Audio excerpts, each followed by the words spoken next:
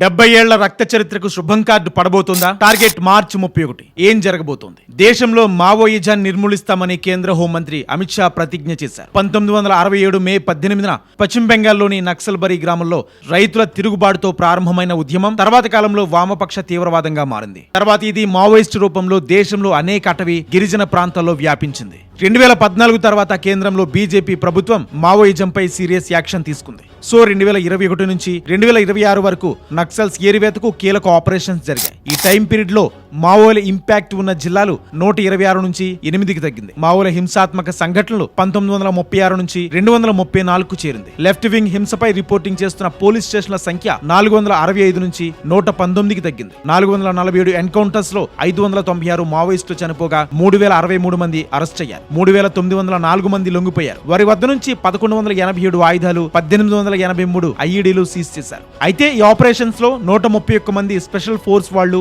226 మంది సివిలియన్స్ కూడా చనిపోయారు. అదే స్పీడ్ లో ప్రభుత్వం 2025 మేలో ప్రారంభించిన ఆపరేషన్ కగార్ లో కీలక నేతలు చనిపోగా మరికొంతమంది లొంగిపోయారు. అయితే గిరిజన ప్రాంతాలను అభివృద్ధి చేద్దామని ప్రయత్నం చేస్తుంటే మావోలు అడ్డుకుంటున్నారనేది ప్రభుత్వాల వాదన. అడవుల్లో దాగి ఉన్న సంపదను ప్రభుత్వాలు కార్పొరేట్లకు దోచిపెడుతున్నాయనేది మావోల వాదన. సో ఇప్పటికీ తిరుపతి, లక్ష్మణ్ రావు, మోంగు లాంటి కీలక నేతలు ఇంకా యాక్టివ్ గానే ఉన్నట్లు అధికార వర్గాలు చెప్తున్నాయి. 2026 మార్చి 31 నాటికి నిజంగా నక్సల్స్ ఫ్రీ ఇండియా సాధ్యమా అంటే సైనికంగా మావోయిస్టుల శక్తి గణనీయంగా తగ్గింది. కానీ అసంతృప్తి, భూ వివాదాలు, గిరిజన హక్కుల సమస్యల పరిష్కారం కాకపోతే సిద్ధాంతం పూర్తిగా మాయమవదు. భద్రతా చర్యలతో పాటు విద్య, ఆరోగ్యం, ఉపాధి, భూ హక్కులు వంటి అంశాల్లో నిజమైన మార్పే దీర్ఘకాలిక పరిష్కారం. మార్చి 31 నాటికి భారీగా నియంత్రణ సాధ్యమే. కానీ పూర్తి నిర్మూలన అంటే కేవలం ఆయుధాలతో కాదు, సోషల్ జస్టిస్, డెవలప్మెంట్ కూడా అవసరం. మీ అభిప్రాయం ఏంటి? మావోయిజం ముగింపు దశలో ఉందా లేక రూపం మార్చుకుని మళ్ళీ వెలుగులోకి వస్తుందా? కామెంట్ చేయండి.